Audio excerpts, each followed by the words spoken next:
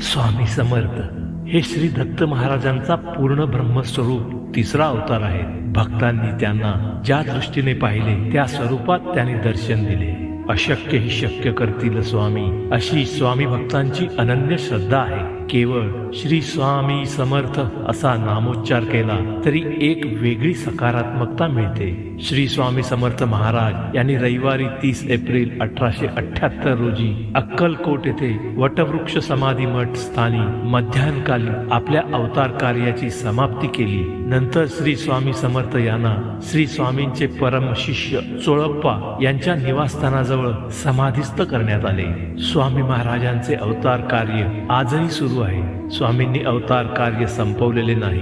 स्वामी समर्थ आज देखील भक्तांच्या पाठीशी सतत राहून त्यांना मार्गदर्शन करून कार्यरत करीत आहेत व अनंत काळापर्यंत करीत राहतील. आजही श्री स्वामी